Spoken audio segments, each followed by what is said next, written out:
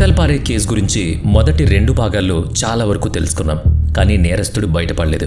మరి ఈ పాటలో ఏం జరుగుతుందో చూద్దాం.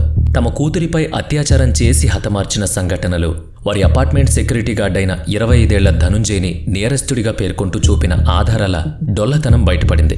హితల్ని ధనుంజయ్ వేధించాడని, అందుకు ఆమె తండ్రి ఏజెన్సీకి ఉత్తరం రాసి ఫిర్యాదు చేశాడని, వాళ్లు ఆ ధనుంజయ్ని బదిలీ చేస్తూ ట్రాన్స్ఫర్ ఆర్డర్ ఇచ్చారని, అందుకని అతను కక్షతో ఆమెను హత్య చేశాడని చెప్పిన సంగతులన్నీ అసత్యాలే అని, అతన్ని నేరస్తుడిగా పరిగణించిన అడ్డంకులు ఓ ఇద్దరి మూలంగా తేటతెల్లమయ్యాయని గత 2 భాగాల్లో చెప్పుకున్నాం. దానర్థం న్యాయం జరిగిందని కాదు, విషయం తెలిసిందంతే. అది కూడా చెప్పుకున్నాం. కానీ ఈ 3వ భాగంలో ఈ కేసు ఖచ్చితంగా ముగుస్తుంది. కానీ ఎలా?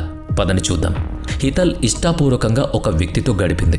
అతను ధనుంజయ్ కాదని, అతనికి వీళ్లతో ఎలాంటి సంబంధం లేదని వెల్లడైంది. ఆమె సన్నిహితుడే ఆమెను హతమార్చి ఉండడానికి కూడా అవకాశం లేదు. కాబట్టి ఆ అనుమానము పక్కకు పోయింది. ఇక మిగిలింది అనుమానించాల్సింది వసుమతి బెన్ పారేఖ్ని. ఆమె ఎవరు? ఇంకెవరు? హితల్ పారేఖ్ యొక్క కన్న తల్లి. హితల్ ఇంటికొచ్చినప్పటి నుంచి ఇంట్లో తల్లి కూతుళ్లే ఉన్నారు, ఇంకెవ్వరూ లేరు. ఇంతవరకు మనం చెప్పుకున్నవన్నీ కోర్టుకు సమర్పించిన ఆధారాల్లో వివరాలు.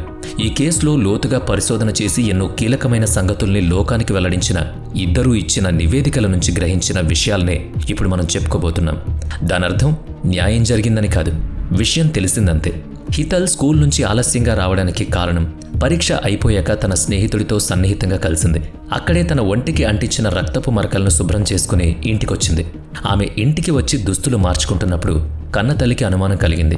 పైకి బాగానే ఉన్నప్పటికీ కూతురు లోదుస్తుల కంటిన రక్తం ఆమె కంటబడింది.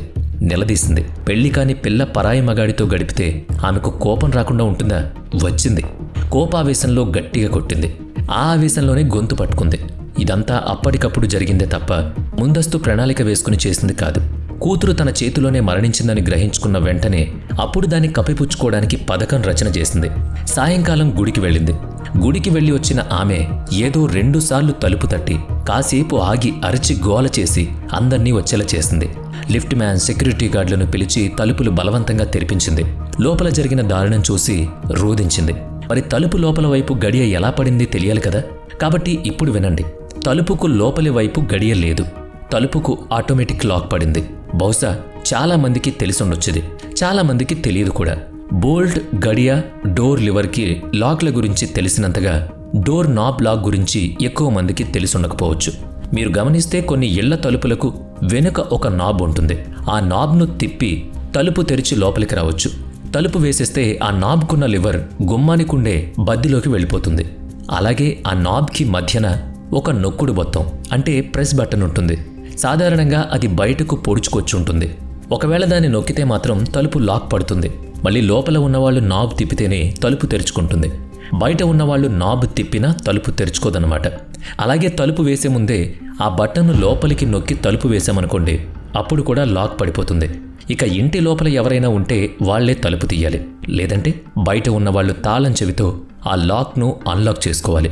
తాళం చెవి మర్చిపోయి బటన్ నొక్కి తలుపు వేస్తే మాత్రం అంతే సంగతులు, తలుపు విరగ్గొట్టాల్సిందే. అక్కడ కూడా ఇదే జరిగింది.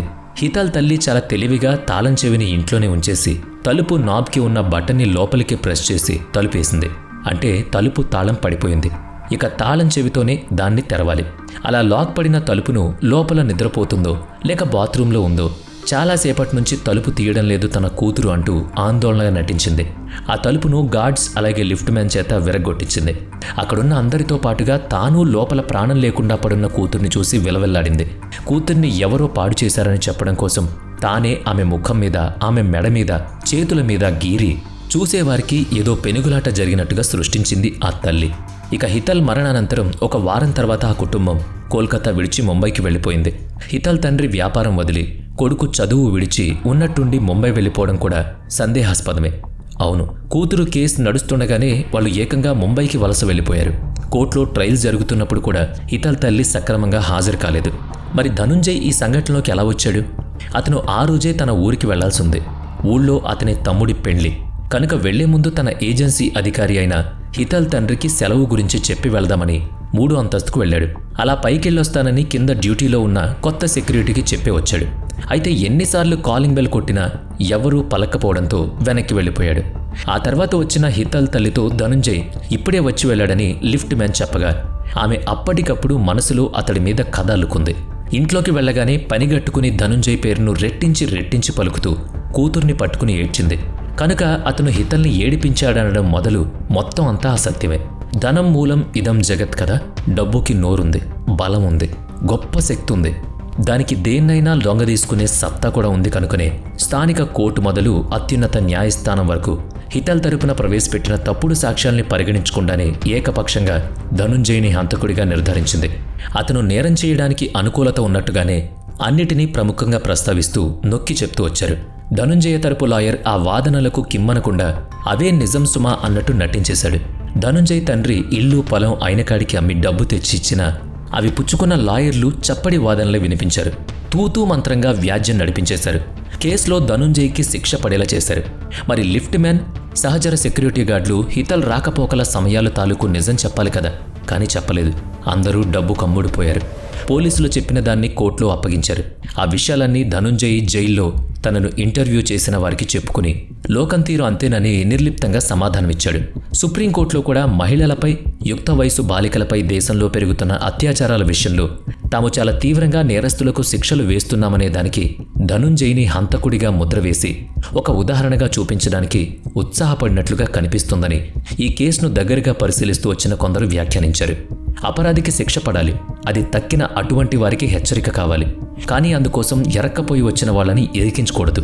లేకుంటే ధనుంజయ్కి మరణశిక్ష విధించడం జరిగేదా చెప్పండి. మరణదండనను రద్దు చేయమంటూ అతను పెట్టుకున్న విన్నపాలు తిరస్కరించబడ్డాయి. ఆసరికి 14 ఏళ్లు అతను జైల్లోనే ఉన్నాడు. తర్వాత 2004 ఆగస్టు 14 నాడు అతన్ని తీశారు. అతను ఒకే మాట చెప్పినట్టు తెలుస్తోంది. నాకీ శిక్ష అమలు కావడానికి నా పేదరికమే కారణం. మీరు ఒక అమాయకుణ్ణి ఉరితీస్తున్నారని గుర్తుపెట్టుకోండి. ఇలా జరిగే సంఘటనల్లో నేనే చివరివాణ్ణి కావాలని కోరుకుంటున్నానని ఏడ్చాడు. అన్నట్టు ధనుంజయ్ పుట్టింది 1965 ఆగస్టు 14వ తేదీన. ఉద్దేశపూర్వకంగానే ఆ తేదీని ఎంచుకున్నారా అన్నది మనకు తెలీదు. అప్పటికి అది అతని 39వ పుట్టినరోజు. అదే అతని అంతిమ దినం కూడా. అతనిని అరెస్ట్ చేసే నాటికి అతనికి 25 ఏళ్లు. పెళ్ళయింది. పెళ్ళైన 8 నెలలకు అతను అరెస్ట్ అయ్యాడు. 14 ఏళ్ల తర్వాత చేశారు. మరి అతను నిరపరాధి అని లోకానికి వెల్లడి కావడానికి కృషి చేసిన వాళ్ళు ఇద్దరు, ప్రొఫెసర్ దేబాశిష్ సేన్ గుప్తా, ప్రభల్ చౌదరి. ఈ ఐఏఎస్ అధికారులిద్దరూ కృషి చేశారు. అరిందమ్ సిల్ అనే వ్యక్తి ధనుంజయ్ విషయంలో జరిగిన అన్యాయాన్ని బహిర్గతం చేశారు. అవును, అతను ధనుంజయ్ పేరుతోనే అతని జీవిత చరిత్ర సినిమా తీశాడు. డబ్బు పరపతి ఈ సమాజాన్ని, చట్టాన్ని, పోలీసుల్ని, న్యాయవాదుల్ని, న్యాయమూర్తుల్ని ఏ విధంగా ప్రభావితం చేసి ధనుంజయ్ని అతని చేయని నేరానికి ఉరికొయ్యకెక్కించిందనే దృశ్యాన్ని సినిమాగా తీశాడు. చట్టంలో ఓ మాట ఉంది, 1000 మంది తప్పు చేసిన వాళ్ళు తప్పించుకున్నా పర్లేదు, కానీ ఏ ఒక్క నిరపరాధికి శిక్ష పడకూడదని. మరి అలా జరిగిందా? లోకంలో అలా జరుగుతోంది. అసలు జాతీయ నేరాల చట్టాను ఆశాంతం శోధించి అర్థం చేసుకోగల ఓర్పు, నేర్పు, నైపుణ్యం సాధారణ ప్రజలకు ఉండదు. ఆ మాటకొస్తే ఎవరికీ ఉండదు. అది న్యాయ వ్యవస్థకు సంబంధించిన విషయం. అందులో ఉన్నవారికే అది బాగా అర్థమవుతుంది. తక్కిన దేశ జనాభా మొత్తం వాటిని నమ్ముతారు, వ్యవస్థను గౌరవిస్తారు.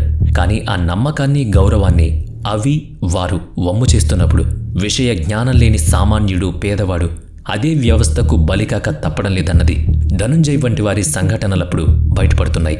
మన వరకు రానివి చిన్న పెద్ద సంఘటనలు ఈ విశాల దేశంలో కొన్ని వందల వేలు జరగొచ్చు. ఎందుకంటే ధనుంజయ్ విషయంలో అంతా ఏకపక్ష వాదనలే తప్ప, అతన్ని ఒక అపరాధిగా చూపించాలనే తాపత్రయమే తప్ప వేరేది లేదనేది చూశాక అంతవరకు అతన్ని శిక్షించాలని భావించిన వారికి కూడా దయ కలిగింది. కానీ చట్టం మాత్రం న్యాయాన్ని అందించలేకపోయిందని వాళ్ళు భావించారు. సుప్రీంకోర్టు స్థాయిలో పలువురు విశ్రాంత లాయర్లు, పలువురు న్యాయ నిపుణులు కేసును ఆశాంతం పునఃపరిశీలించి ఇద్దరి పక్షపు విచారణలు గ్రహించుకోవాలని, అతనికి మరణశిక్ష విధించరాదని చాలా విన్నపాలు చేశారు. అన్నీ తిరస్కరించబడ్డాయి. విషయాలను వెలికి తీసినందువల్ల విషయం తెలిసింది తప్పితే వారి ప్రయాస వృధా అయింది. మృతురాలికి, నిందితుడికి ఎవరికీ న్యాయం జరగలేదని పరిశీలకులు విచారం వ్యక్తం చేశారు. న్యాయ వ్యవస్థను ప్రక్షాళన చేయాలని వినిపిస్తున్న నినాదాలు ఎప్పటికీ మాసిపోకుండా అలా వినిపిస్తూనే ఉన్నాయి ఈనాటికి. మరి ఈ కేసులో తప్పెవరిదే? వీడియో నచ్చితే లైక్ చేయండి, షేర్ చేయండి. ఇప్పటి వరకు మన ఛానల్ని సబ్స్క్రైబ్ చేయనట్లయితే ఇప్పుడే సబ్స్క్రైబ్ చేసుకుని పక్కనే ఉన్న బెల్ ఐకాన్పై క్లిక్ చేయండి. నెక్స్ట్ వీడియోలో మళ్ళీ కలుద్దాం. Thanks for watching.